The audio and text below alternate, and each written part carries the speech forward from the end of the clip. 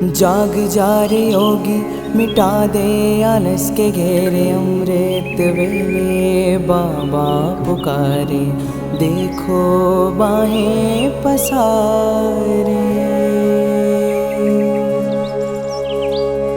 बाबा प्यार तुम्हारा अमृत वेले उठाता, मोहिनी रात में मुझे जगाता।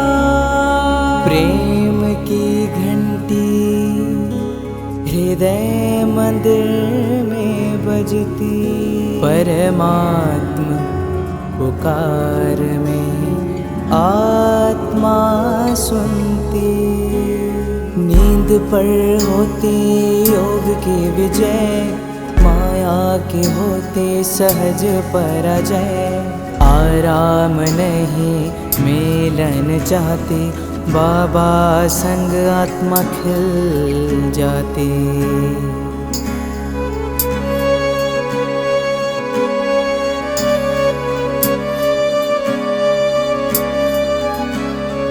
अपने कहा रात को अलविदा, परवाना हुआ क्षमा पे फिदा। समय से पहले बाबा जगाते, नयन खुलते ही मिलन कराते। प्रेम में भीगा मन संकल्प मुस्काते, माया के बंधन स्वयं कट जाते। ठंडी गर्मी बारिश अब तप के साथी, मौसम की मार अब ना डराती। सोना अब आराम नहीं माया है, नींद अब अमृत नहीं विष का साया है। कमाई नहीं ये ऊर्जा की चोरी है, सुस्ते की धुन में बजी माया की लुरी है।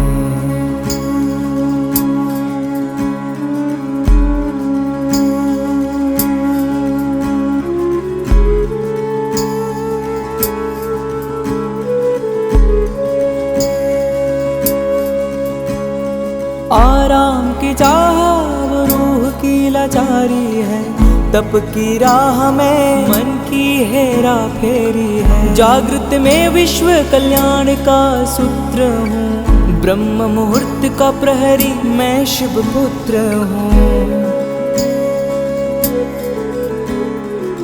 सकल विश्व को तप से भरता, अमृत वेला में तपस्वी जलता। संकल्प से उठता नवयुग की नींव रखता, तप के ईंटों से स्वर्णिम स्वराज्य रचता। नींद की घड़ी अब बीत चुकी है, माया की छाया अब मिट चुकी है। वर्तमान में जलती है आत्मा की मशाल, मैं हूँ जागृत यही मेरा कमाल। बाबा की याद में स्वयं को गढ़ता, योग अग्नि से आलस को राख करता। मैं अब सो नहीं रहा मैं हो रहा हूँ, मैं अब खो नहीं रहा मैं जाग रहा हूँ। जाग जा रे योगी, मिटा दे आलस के घेरे। अमृत वेले बाबा पुकारे, देखो बाहें पसारे। யுக மாற்றத்தின் வாயில் அமிர்த வேளை பட்டியினுடைய 22வது நாள் இரவு நேரம். ஒரு மனிதர் போதையில் மது அருந்தி போதையில் தள்ளாடி தள்ளாடி தன்னுடைய வீட்டிற்கு வந்து சேருகிறார். பையிலிருந்து சாவியை எடுத்து பூட்டை திறக்கின்றார். அவருடைய சாவியானது அந்த பூட்டினுடைய துவாரத்திற்குள் நுழையவே இல்லை. சில நேரம் இடது பக்கம், சில நேரம் வலது பக்கம் என்று அங்கும் இங்கும் போய்கொண்டிருக்கிறது. அவரும் தள்ளாடி கொண்டிருக்கிறார். அவருடைய கையும் நடுங்கி கொண்டிருக்கிறது. சில நேரம் சாவி கீழேயும் விழுந்து கொண்டிருக்கிறது. இந்த நேரத்தில் ஒரு போலீஸ்காரர் அந்த பக்கம் வருகின்றார். அவர் எவ்வளவு தள்ளாடினாலும், அந்த மது அருந்தியவர் எவ்வளவு தள்ளாடினாலும் அவருடைய முயற்சியை விடவே இல்லை. முயற்சிக்கு ஒரு பொழுதும் தோல்வியே ஏற்படாது. அவனுடைய முயற்சியை பார்த்து அந்த போலீஸ்காரர் அருகே வந்து, நான் உங்களுக்கு திறக்க உதவுகிறேனே என்று மிக அன்போடு கேட்கிறார். அந்த மது அருந்தியவர் கூறுகிறார், நான் தான் திறப்பேன், நான் சாவியை தரமாட்டேன், இந்த பூட்டை நான் தான் திறப்பேன். ஆனாலும் போலீஸ்காரர் மீண்டும் அன்போடு கேட்கும் பொழுது, நீங்கள் எனக்கு உதவி செய்தே ஆக வேண்டும் என்றால் ஒன்று செய்யுங்கள், இந்த வீட்டை ஆடாமல் பிடித்து கொள்ளுங்கள். காரணம், நான் ஆடிக்கொண்டிருக்கவில்லை, இந்த பூட்டு ஆடிக்கொண்டிருக்கவில்லை, இந்த வீடு தான் ஆடிக்கொண்டிருக்கிறது என்று கூறுகிறார். ஆடிக்கொண்டிருப்பது யார்? கேள்வி. நாம் ஆடிக்கொண்டிருக்கிறோமா அல்லது வீடு ஆடிக்கொண்டிருக்கிறதா? எது ஆடிக்கொண்டிருக்கிறது? நான் ஆடிக்கொண்டிருக்கிறேனா? இந்த உலகம் ஆடிக்கொண்டிருக்கிறதா? யார் ஆடிக்கொண்டிருக்கிறார்? யார் மனநிலை தவறியவராக பைத்தியமாக இருக்கிறார்? நானா இந்த உலகமா? ஆடிக்கொண்டிருக்கும் உலகத்தில் ஆடாமல் இருப்பதுதான் முயற்சியாகும். சஞ்சலத்திற்கு மத்தியில் அசைக்க முடியாத மலையாக இருக்க வேண்டும். சஞ்சலமான மலையாகி விடக்கூடாது. என்ன செய்தால் ஸ்திரமாக இருக்கலாம்? என்ன செய்தால் ஸ்திரமாக இருக்கலாம்?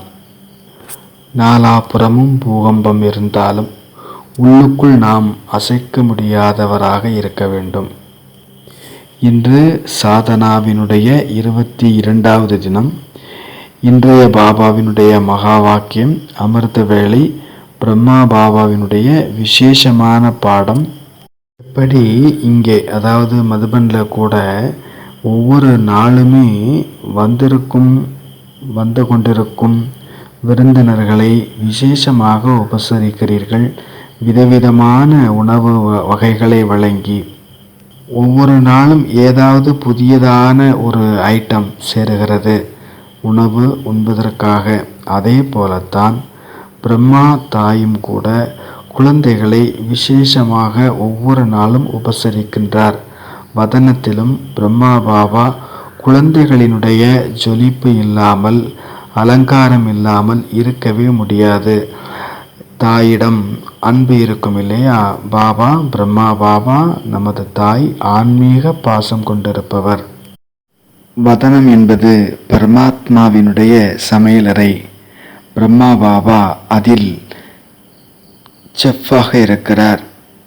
முக்கியமான தலைமை சமையல் செய்பவராக இருக்கின்றார்.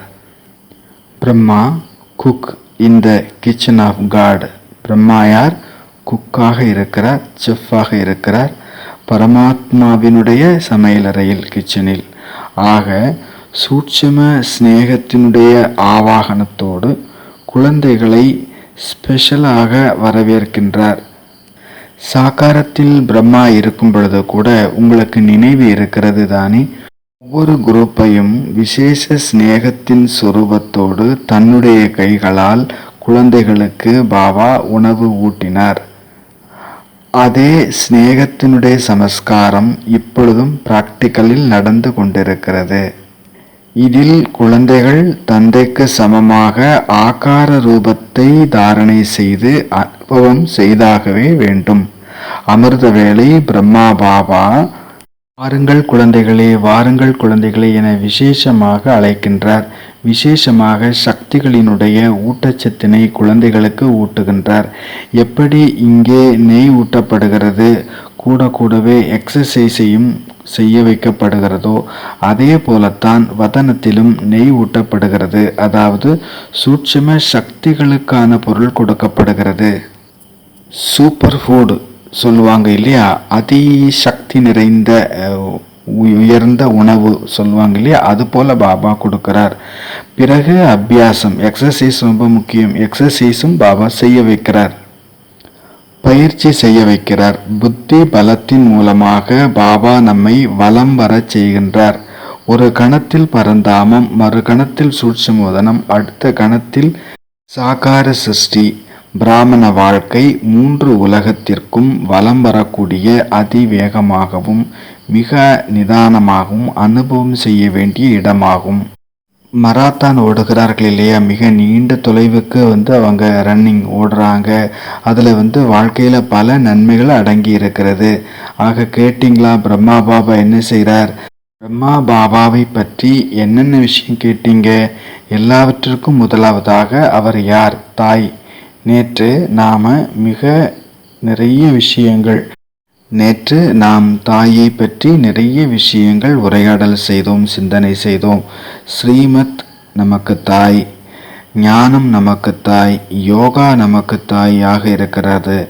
சங்கடன் இந்த பரிவாரம் நம்முடைய உண்மையான தாய். நினைவு கூட தாய். மதுபன் தாய். மதுபனினுடைய 4 தாமங்கள். 4 தாமத்திலும் நாம் என்னென்ன அனுபவம் செய்கிறோம் அதை பற்றி பாபா 4 தாமத்தில் 4 அனுபவம் செய்வதற்கான விஷயங்களை பாபா கூறியிருக்கிறார். அந்த மகா வாக்கியம் நினைவு இருக்கிறதா? அதனுடைய டேட் ஞாபகம் இருக்கிறதா? சக்திசாலி ஆக வேண்டுமா? சாந்தி ஸ்தம்பத்திற்கு வாருங்கள் என்று பாபா கூறுகிறார். மிகவும் சோர்வாகி அல்லது விரக்தி அடைந்து இருக்கிறீர்களா? பாபா குடிலுக்கு வாருங்கள் என்று கூறுகின்றார். பாப் சமான் ஆக வேண்டும். இந்த சங்கல்பம் திடமாக உங்களுக்கு இருக்கிறதா? அப்பொழுது நீங்கள் பாபாவினுடைய அறைக்கு வாருங்கள், அதை அனுபவம் செய்யுங்கள். வீண் சங்கல்பங்கள் வேகமாக ஓடுகிறதா? ஹிஸ்டரி ஹாலுக்கு வந்து விடுங்கள். இதை பற்றியெல்லாம் எந்த டேட் வானில பாபா சொல்லியிருக்கிறார் ஞாபகம் இருக்கிறதா? முரளியினுடைய டேட் என்ன? அந்த முரளியில் முதல் வாக்கியம் எதுவாக இருக்கிறது? பாபா கொடியில் என்ன அனுபவம் செய்யணும்? சாந்தி ஸ்தம்பத்தில் என்ன செய்யணும்? அதே போல் ஹிஸ்ட்ரி ஹாலில் என்ன அனுபவம் செய்யணும்? இது கூட ஆர்டரில் சொல்லணும். ஃபஸ்ட்டு எடுத்தோடனே சாந்தி ஸ்தம்பம் சொன்னால் அது ஃபெயில். ஃபஸ்ட்டு குடிலை பற்றி தான் பாபா சொல்கிறார். ஆர்டரில் நமக்கு நினைவில் இருக்கணும். இந்த மகா வாக்கியம் பாபா எந்த டேட்டில் சொல்லியிருக்கிறாங்க? 2006 நவம்பர் மாதம் 30 அவ்வியக்த வாணியில் நமக்கு பாபா சொல்லியிருக்கிறாங்க. பிரம்மா யார்? தாயாக இருக்கிறாங்க. மாதாஜி. மாதாவினுடைய பாலனை எப்படிப்பட்டதாக இருக்கும்? ஆன்மீக பாசம் கொண்டதாக இருக்கும். தாயினுடைய அன்பு எல்லோருக்கும் ஒன்று போலதான் கிடைக்கிறது. ஆனால் குழந்தைகள் ஏதாவது தவறு செய்து விடுகிறார்கள். இதில் தாயினுடைய குற்றம் என்னவாக இருக்கும்? ஒரு தாய் தன்னுடைய 2 குழந்தைகளுக்கு ஆளுக்கு ஒரு லட்டாக கொடுத்துவிட்டு கிச்சனுக்குள் சென்று விடுகிறார்கள். அங்கே இருந்து சின்ன குழந்தையினுடைய சிறுவனினுடைய அழுகை சத்தம் கேட்டு வெளியே வருகின்றார். பார்க்கின்றார், தம்பி அழுது கொண்டிருக்கிறான், அண்ணன் லட்டு சாப்பிட்டு கொண்டிருக்கிறான். விஷயம் என்ன என்று பெரியவனிடம் அம்மா கேட்கின்றார், இவன் ஏன் அழுகிறான் என்று. பெரியவன் கூறுகிறான், எனக்கு என்ன தெரியும், இவனுக்கு அழுவதே சுபாவமாக ஆகிவிட்டது. ஏனெனில் நான் அவனுடைய லட்டு சாப்பிட்டாலும் அழுதான், இப்பொழுது நான் என்னுடைய லட்டு சாப்பிடுகிறேன், இப்பொழுதும் அழுகிறான். எனக்கு தெரியவில்லை இவனுக்கு ஏன் இப்படி ஒரு சுபாவம் ஆகிவிட்டது, என்ன ஆனாலும் அழுவது என்று. இப்படி குழந்தைகள் தங்களுக்குள் ஏதாவது தவறுகள் செய்து கொண்டு தங்களுக்குள் பிரச்சனைகளை உருவாக்கி கொள்கிறார்கள். ஆனால் தாய் என்ன செய்வார்? அவர் எல்லோருக்கும் பொதுவாகத்தான் சமமாகத்தான் கொடுக்கின்றார். ஆக பிரம்மா தாயாக இருக்கின்றார். ஒரு தாய்க்கு 4 குழந்தைகள் இருக்கிறார்கள் என்றால் அந்த 4 குழந்தைகளை பற்றியும் தாய்க்கு தெரியும். 4 பேருடைய வயிறும் எப்படிப்பட்டது, யாருக்கு என்ன கொடுக்க வேண்டும், எவ்வளவு கொடுக்க வேண்டும், எப்படி கொடுக்க வேண்டும், இது ஒரு தாய்க்கு தெரியும். யாருக்கு என்ன பிடிக்கும் என்பதும் தெரியும். ஆக பிரம்மா பாபாவும் தாய் ரூபத்தில் அதிகாலையில் நமக்கு வேண்டியதை வழங்கக்கூடியவராக இருக்கிறார். அதிகாலையில் தாய், பகல் பொழுதில் தந்தையாகி விடுகிறார். ஆன்மீக தாயின் அன்பை அனுபவம் செய்யக்கூடிய நேரம் அதிகாலை 2 - 5 மணி வரை. அடுத்த விஷயம், அவர் குக், சமையல் செய்பவராக இருக்கிறார். அவர் தருவது என்ன? சூப்பர் ஃபுட், மிக உயர்ந்த உணவு, சக்தி மிகுந்த, ஆற்றல் மிகுந்த உணவு. யார் யார் என்னென்ன சாப்பிட வேண்டுமோ அதை அவர்களுக்கு அளிக்கின்றார். இவையெல்லாம் ஒவ்வொருவருக்கும் பிரத்யேகமாக தனிச்சிறப்பாக தயாரிக்கப்படுபவை. இப்படி சொல்வதற்கு காரணம் என்னன்னா, நமக்கு பாபாட்டிருந்து சக்திசாலியான டானிக், ஊட்டச்சத்து கிடைத்திருக்கிறது. எல்லாற்றை விட சக்திசாலியான டானிக், சக்திசாலியான சங்கல்பம், மகான் சங்கல்பம். ஹையர் கான்சியஸனுடைய சங்கல்பம் சிரேஷ்ட சங்கல்பம். ஏனெனில் சங்கல்பம்தான் பகல் பொழுதிற்கான திசையை காண்பிக்கின்றது, வழி காண்பிக்கின்றது. பாபா குக் சமையல்காரருடைய காரியம் செய்கின்றார். யாருக்கு என்ன வேண்டுமோ அதை அவர் கொடுக்கின்றார். சூபிய ரசம் கொடுக்கின்றார், சோம ரசத்தை கொடுக்கின்றார், அமிர்தம் தருகின்றார். 4வது என்னது? சுதாரசம். இதெல்லாம் உண்டா இல்லையான்னு தெரியாது. ஆனால் இவை எல்லாமே சக்திசாலியான உணவு. பாபா தரக்கூடியது எல்லாம் சக்திசாலியான உணவு. அதிகாலையில் இந்த போஜனத்தை சாப்பிடுங்கள். பிறகு முழு நாளும் உங்களை பசி வாட்டாது. சக்திசாலியான ஆற்றல் கிடைக்கின்றது. சக்திசாலியான ஆற்றல் நிறைந்த உணவு நமக்கு கிடைக்கிறது. பிரானிக் டயட், புரோட்டீன் டயட், என்ன வேண்டுமானாலும் சொல்லிக் கொள்ளுங்கள். அதிகாலையில் எழுந்ததும் என்ன செய்ய வேண்டும்? உணவு. ஆனால் இந்த உணவு எப்படிப்பட்ட உணவு? கண்ணுக்கே தெரியாத அதிசயமான அற்புதமான உணவு, நிராகாரமான உணவு இது. அதாவது ஸ்தூலமான உணவில் இல்லை, கண்ணுக்கு புலனாகாத சக்தி மிக்க உணவாகும். சூட்சும சக்தி முழு நாளுக்கும் தேவைப்படுகிறது.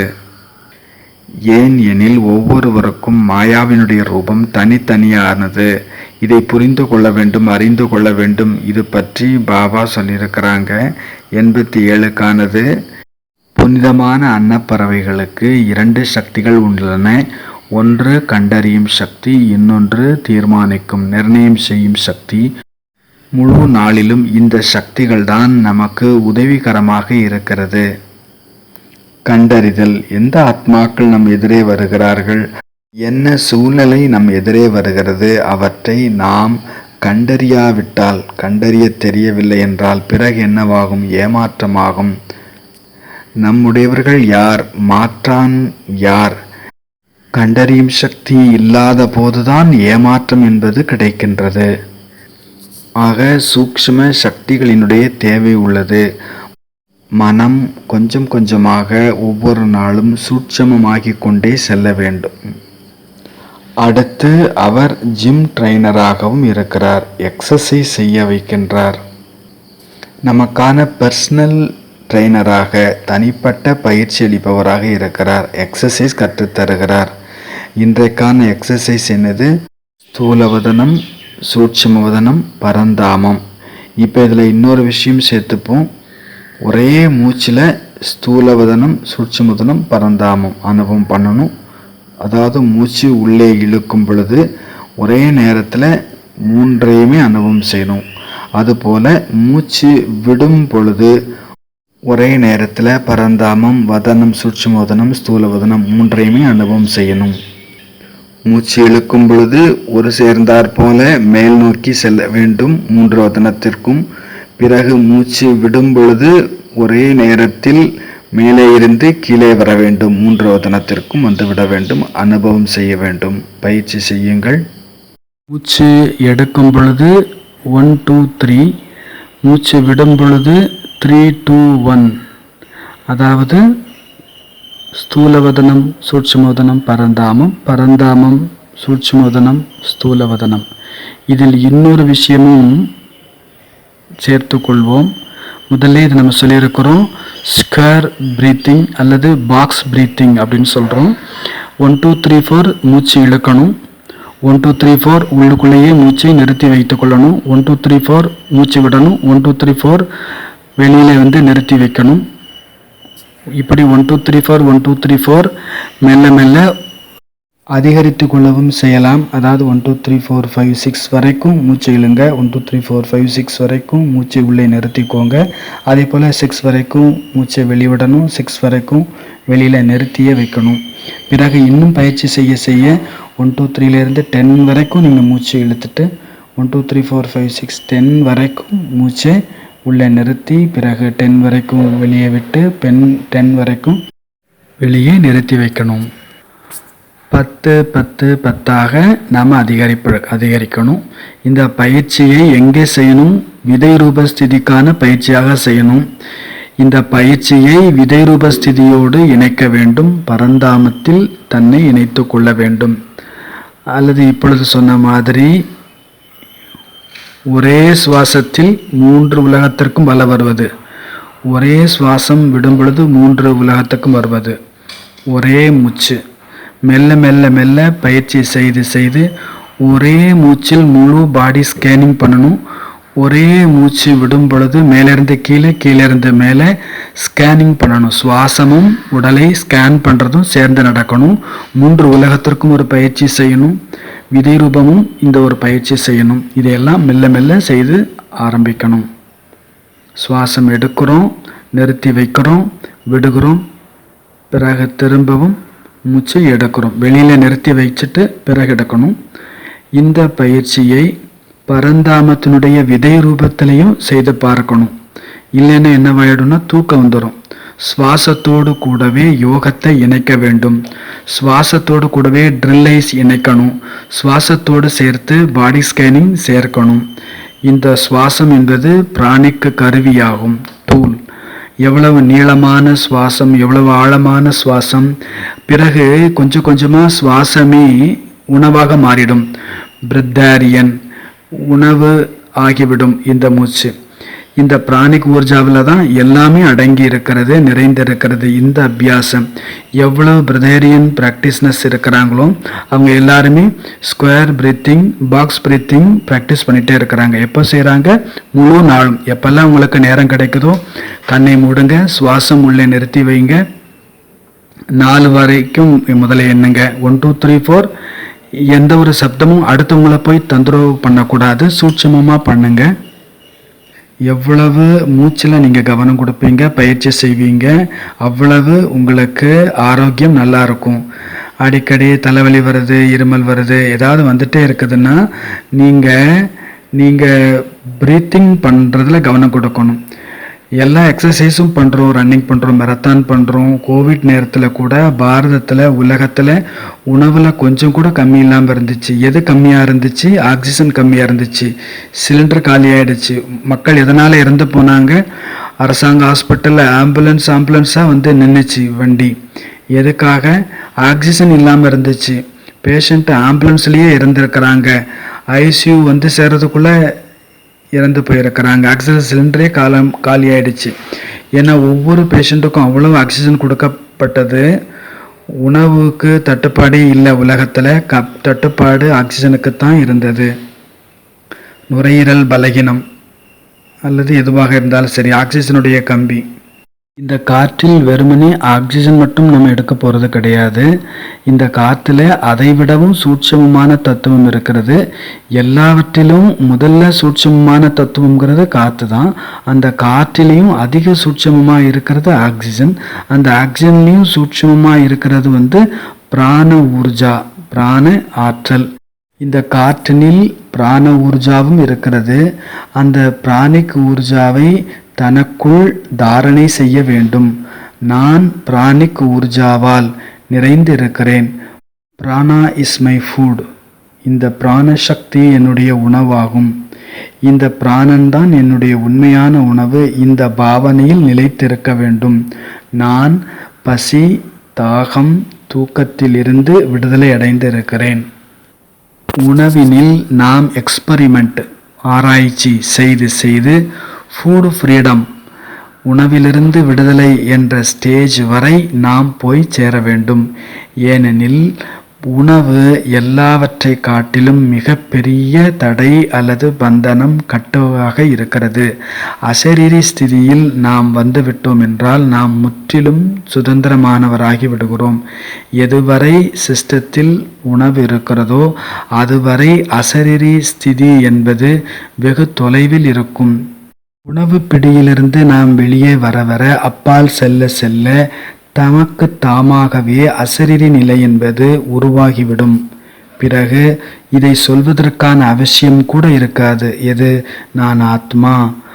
யாராவது உலகத்தில் சொல்லிக்கிறாங்களா? நான் ஆணாக இருக்கிறேன், நான் பெண்ணாக இருக்கிறேன். ஒரு ஆண் வந்து தன்னை ஆண் அப்படின்னு சொல்லிக்கிட்டே இருக்கிறது இல்லை. ஒரு பெண் வந்து நான் பெண், நான் பெண், நான் பெண் அப்படின்னு சொல்லிகிட்டே இருக்கிறது இல்லை.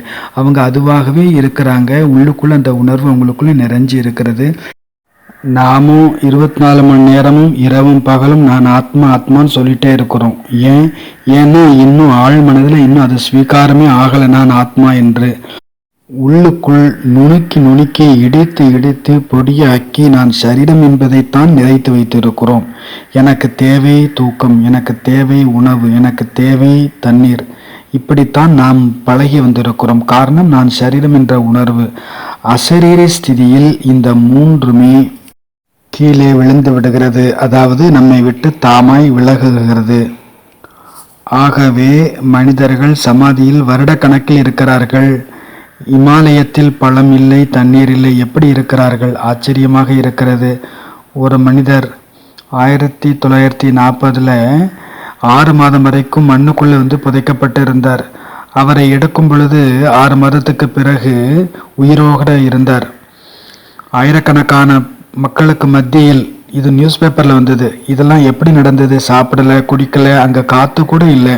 பிறகு எப்படி வாழ்ந்தார்? இப்படி நிறைய ஆச்சரியம் நிறைந்த விஷயங்கள் உலகத்தில் நிறைய நிகழ்ந்திருக்கிறது. ஆகவே நாம் தன்னை பயிற்சி கொடுத்து கொள்ள வேண்டும், ட்ரெயின் பண்ணணும். ட்ரைனிங்கான டூல் கருவி என்ன? சுவாசம். ஒரே சுவாசத்தில் ஸ்தூலவதனம், சூட்சுமவதனம், பரந்தாமம். ஒரே சுவாசத்தில் மேலே இருந்து கீழே வரணும். ஒரே சுவாசத்தில் சப்தத்தை கடந்து போகணும். ஒரே சப்தத்தில் சப்தத்திற்குள் வரணும். சப்தம் சப்தத்தை கடந்து போகணும். சரீரம் சரீரத்தை கடந்து போகணும். இந்த பூமியை கடந்து போகணும். இங்கே இருக்கக்கூடிய ட்ரெஸ், பிறகு பரந்தாமத்தினுடைய ட்ரெஸ், டியூட்டி ட்ரெஸ், அப்புறம் வீட்டுக்கான ஹோம் ட்ரெஸ். இந்த அத்தியாசம். 3வது பிரம்மா யார்? Gym trainer, physical trainer. 4வது மேரத்தான் ட்ரைனர், ரன்னிங் ட்ரைனர், ஓடுதலுக்கு வழிகாட்டி, ஓடுதல் கற்றுத்தரக்கூடியவர். ஜி ரன்னிங் என்கின்ற ஒரு புத்தகம் உண்டு. அந்த புத்தகத்தில் ஒரு மிக நல்ல அழகான வாக்கியம் உண்டு. மனிதர்களாகிய நாம் ஓடுவதற்காகவே ஜென்மம் எடுத்தவர்கள், நடப்பதற்காக அல்ல. We are born to run. ஓடுதல் நம்முடைய இயல்பான சுபாவம், இன்ஸ்டிங்டிவ். உலகினில் ஓடக்கூடியவர்கள் பல விதங்களில் இருக்கிறார்கள். மராத்தான், ஃபுல் மராத்தான் ஓடக்கூடியவர்கள், ஆஃப் மராத்தான் ஓடக்கூடியவர்கள், அல்ட்ரா மராத்தான் ஓடக்கூடியவர்கள் என்றெல்லாம் இருக்கிறார்கள். 42 கிலோமீட்டர் ஓடுபவர்கள் மராத்தான் ஓடுபவர்கள். 21 கிலோமீட்டர் என்பது ஆஃப் மராத்தான். 46 கிலோமீட்டர் அதற்கும் அதிகமாக ஓடுவது அல்ட்ரா மராத்தான். இப்படி இன்னும் அதிகமாக ஓடக்கூடியவர்களெல்லாம் இருக்கிறார்கள். இவர்கள் அத்தனை பேருடைய அனுபவம் இதுதான். ஓட ஓட, அதிகமாக ஓட ஓட அவர்கள் தங்கள் உடலையே மறந்து போய்விடுகிறார்கள், அதாவது அசரீரி ஆகிவிடுகிறார்கள். ரன்னிங், ஓடுதல் என்பது ஒரு மெடிடேஷன் ஆகிவிடுகிறது. ஓடி ஓடி அசரீரி ஆகிவிடுகிறார்கள். அவர்கள் அதிகம் ஓட ஓட வாழ்க்கையின் சத்தியத்தை உணர்வதாக கூறுகிறார்கள். நாங்கள் சாலையில் ஓடிக்கொண்டிருக்கும் பொழுது முன்னே யாரையும் பார்ப்பதில்லை, பின்னே யாரையும் பார்ப்பதில்லை, எங்கள் கூடயும் யாரும் வருவதில்லை. நாங்கள் இந்த உலகத்தில் தனியாகி விடுகிறோம். இந்த அனுபவம் எங்களுக்கு ஏற்படுகிறது. வாழ்க்கையும் அப்படித்தான், ஓடுதலும் அப்படித்தான். நாம் தனியாக இருப்பதை உணர்கிறோம். கூடவே இயற்கையோடு இணைந்து விடுவதையும் நாம் அனுபவம் செய்வோம்.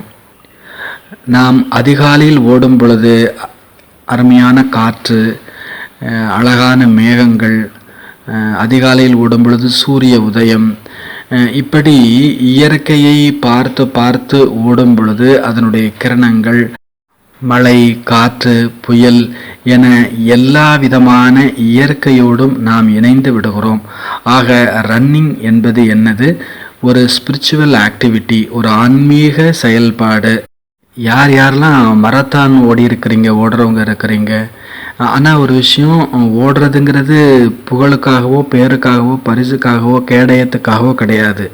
ரன்னிங் அப்படிங்கிறது ஆனந்தத்திற்காக, கொண்டாட்டத்திற்காக. அவ்வளவுதான். ஓடணும் ஓடணும், ஓடிக்கொண்டே இருக்கணும்.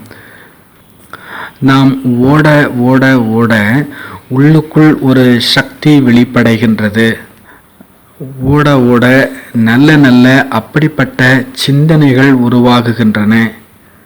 ஒரு முழு அவ்யக்த முரளி படிங்க, அதற்கு பிறகு நீங்கள் ஓட ஆரம்பிங்க. அதை பற்றி சிந்தனை செய்யுங்க. சிந்தனையினுடைய ஒரு மிக நல்ல விதி என்பது ரன்னிங், ஓடுவது. இதில் வீண் சிந்தனை வருவதே இல்லை. ஒரு சங்கல்பம் வந்ததுமே மற்றொரு சங்கல்பம் மாற்றமடைகிறது, சேஞ்ச் ஆகுகிறது, அடுத்தது சேஞ்ச் ஆகுகிறது. ஒரு முரளியை படிங்க, முதல்ல முரளியை படிச்சுட்டு பிறகு அதை ரிவைஸ் பண்ணுங்க. ரிவைஸ் ஒரு முறை செய்துட்டு பிறகு யோகத்தில் ஒரு முறை முழு முரளியையும் ரிவைஸ் பண்ணுங்க. பிறகு நீங்கள் ஓட ஆரம்பிங்க. ஸ்பெஷலாக நீங்கள் ஏதாவது சொற்பொழிவு ஆற்ற வேண்டி இருக்கிறது மாலை பொழுதில் அப்படின்னா காலையில் நீங்கள் ரன்னிங் ஓடுங்க. அப்போது உங்களுடைய மாலை நேரத்து சொற்பொழிவு மிக அற்புதமாக இருக்கும். ஏன்னா ஓடும் பொழுது முரளியினுடைய ரிவைஸ் நீங்கள் பண்ணுறீங்க அப்படின்னா ஓடக்கூடிய அது மெடிடேஷனை மிகவும் அதிகப்படுத்தும், சப்போர்ட் பண்ணும். ரன்னிங் ஓடுதலை சிந்தனையாக மாற்ற வேண்டும். ஓடுதலை பிராணிக் ஆக்டிவிட்டியாக ஆக்க வேண்டும். ஓடுதல் ஒரு டூல் ஆகும். இது ஒரு புதிய கண்ணோட்டம், புதிய சிந்தனை. ஆக பிரம்மாவுக்கு எத்தனை பார்ட் இருக்கிறது? 4. எல்லாவற்றிற்கும் முதலாவதாக தாய் மாதாஜியாக இருக்கிறார். பிரம்மா மாதாஜி, ஜெய் மாதாஜி. இரண்டாவது அவர் சமையல்காரர், குக். பரமாத்மாவினுடைய சமையலறையில் அவர் குக்காக இருக்கிறார், செஃப்பாக இருக்கிறார். மூன்றாவது அவர் ஃபிசிக்கல் பர்சனல் ட்ரெய்னராக இருக்கிறார், சரீரத்துக்கான தனிப்பட்ட பயிற்சி கொடுப்பவராக இருக்கிறார். ஃபிசிக்கல் ட்ரெய்னர் அல்லது ஜிம் ட்ரெய்னர். நமது ஆத்மாவின் பைசெப்ஸ் மற்றும் மசில்ஸ், ட்ரைசெப்ஸ், கோர், செஸ்ட், அதாவது மேற்கையினுடைய முன்திசை, பின்தசை, மார்பு தசைகள், இவற்றையெல்லாம் எக்ஸசைஸ் ஸ்ட்ராங்காக ஆக்குகிறது. இதைத்தான் பாபா நமக்கு செய்கிறார். ஆத்மாவினுடைய சக்திகளை மேலும் மேலும் வலுப்படுத்த செய்யும் ஜிம் ட்ரெய்னராக இருக்கின்றார். இப்படி பாபா நம்மை ஜிம் ட்ரெய்னராக, நமக்கு எக்ஸசைஸ் செய்விப்பவராக இல்லை என்றால் ஆத்மா பலகீனமாக, அதாவது அழுவது, கோபப்படுவது, விரக்தி அடைவது, வெறுப்படைவது, அதிருப்தி அடைவது, தோல்வி அடைந்தால் மனம் நொந்து போவது, இது எல்லாமே ஆத்ம தசைகளினுடைய பலகீனத்தின் அடையாளம். பாபா நமக்கு இதையெல்லாம் உறுதிப்படுத்துகிறார், வலிமையாக்குகிறார். இன்டர்வியூ போகிறாங்க, ரிஜெக்ட் ஆகிட்டாங்க அப்படின்னா உடனே விரக்தி அடைகிறாங்க. ரிஜெக்ஷன் ஆர் ரீடைரக்ஷன், இதை நீங்கள் மறக்கவே வேண்டாம். நம்மை ஏதாவது ஒரு விஷயம் மறுக்கிறது என்றால் நமக்கு அது மறு திசையை காண்பிக்கின்றது என்பதை மறக்க வேண்டாம். ஒரு புதிய திசையை நாம் அறிகின்றோம். ரிஜெக்ஷன் அதாவது பிறரால், பிற விஷயங்களால் நாம் மறுக்கப்படும் பொழுது, ஒதுக்கப்படும் பொழுது நமக்கு ஒரு இன்னொரு திசையை நாம் பெற்றுக்கொள்கிறோம் என்பதை மறந்து விடாதீர்கள். எனவே ரொம்ப அதிகமாக விரக்தி அடைய வேண்டிய அவசியமே கிடையாது. பரீட்சை எழுதுறீங்க, ஃபெயில் ஆகிடுறீங்க. ஃபெயில் என்றால் ஃபெயில், அதனால் என்ன?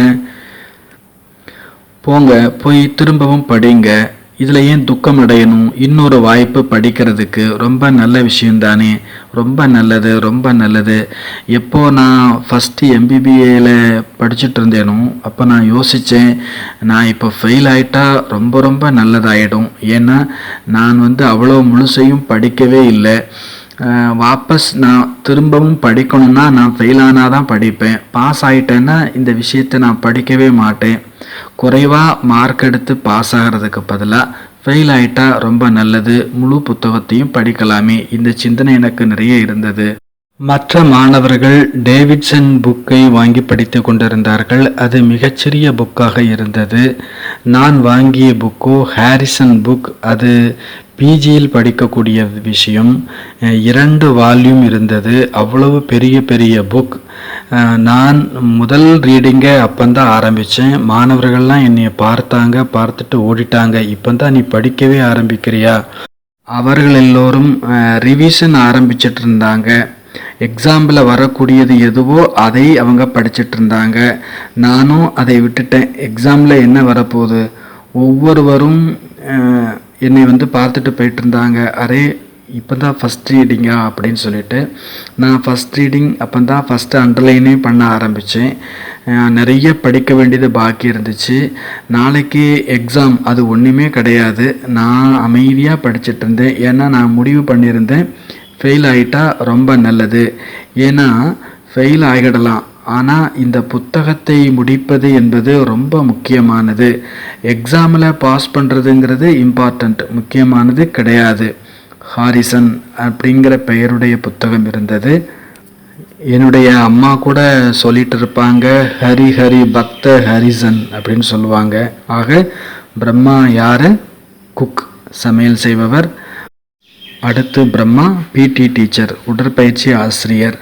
கடைசியில் மெரத்தான் கைடு, மெரத்தான் ட்ரெய்னர், மவுண்டைன் கைடு, மலையில் ஏறுவதற்கான வழிகாட்டி. பிரம்மா நமக்கு பண்டாவாக இருக்கிறார், வழிகாட்டுகிறார். எப்படி ஏற வேண்டும், எங்கு ஏற வேண்டும், எவ்வளவு ஏற வேண்டும், எப்படி ஓட வேண்டும். ஓடுவதும் கூட ஒரு பயிற்சி, சீ ரன்னிங் என்று ஒன்று உள்ளது. சும்மா வெறுமனே ஓடிக்கொண்டிருக்கக்கூடாது, நாம் சங்கல்பம் செய்து ஓட வேண்டும். With ground with gravity, with ground with gravity. நாம் ஈர்ப்பு விசையோடும் மண்ணோடும் சேர்ந்து ஓட வேண்டும். இதை ரிப்பீட் செய்யணும், வித் கிரவுண்ட் வித் கிராவிட்டி. நான் நடந்து கொண்டிருக்கவில்லை, என் கால்களில் சக்கரத்தை மாட்டி இருக்கின்றேன். இன்னொரு இமேஜினேஷன், நான் ஓடிக்கொண்டிருக்கும் பொழுதே ஒரு பலூனுக்குள் சென்று விடுகிறேன். அந்த பலூன் உருண்டு உருண்டு சென்று கொண்டிருக்கிறது. நான் ஓடவே இல்லை, என்னுடைய கால்கள் களைப்படையவே இல்லை. ஏனெனில் எல்லா விளையாட்டும் மனதிற்கானதுதான். மனதை சுலபமாக சிந்திக்க வைத்துவிட்டால் சரீரம் ரொம்ப சுலபமாக இயங்க ஆரம்பித்துவிடும். ஆகவே மக்கள் எவ்வளவு நீண்ட தொலைவுக்கெல்லாம் ஓடுகிறார்கள். 40, 50 இல்லை, 250 கிலோமீட்டர் வரைக்கும் ஓடி ரெக்கார்ட் பண்ணுறவங்கெல்லாம் இருக்கிறாங்க. அவங்களுக்கு ஓடுறது அப்படிங்கிறது ரொம்ப பிடித்தமான ஒரு விஷயமா இருக்குது. அவங்களுக்கு அதில் கஷ்டமே இல்லை. 90 வயசு உள்ளவங்க கூட ரன்னிங்கில் சேர்ந்து, மராத்தானில் சேர்ந்து ஓடுறவங்க இருக்கிறாங்க. அவங்களை பொறுத்தளவில் அது ஒரு சரீரத்தினுடைய கிரியை, வேலையே இல்லை. அது ஒரு மனதினுடைய ஒரு விளையாட்டு, அவ்வளவுதான். மனம் ஈஸி ஆகிடுச்சுன்னா சரீரம் ஈஸி ஆகிடுது. ஆக பிரம்மாவினுடைய சொரூபத்தை நாம் பார்க்கணும். நாம் கற்றுக்கொள்ள வேண்டும், பாவனை வேண்டுமென்றால் சின்ன குழந்தை ஆயிடணும். நீங்கள் எனக்கு கற்றுக் கொடுங்க, எனக்கு ஒன்றுமே தெரியாது, எனக்கு ஓட தெரியாது, நடக்க தெரியாது. நீ என்னை நடக்கவை, எனக்கு ஓடவை, எனக்கு கற்றுக்கொடு, படிக்கவை. ஓம் சாந்தி.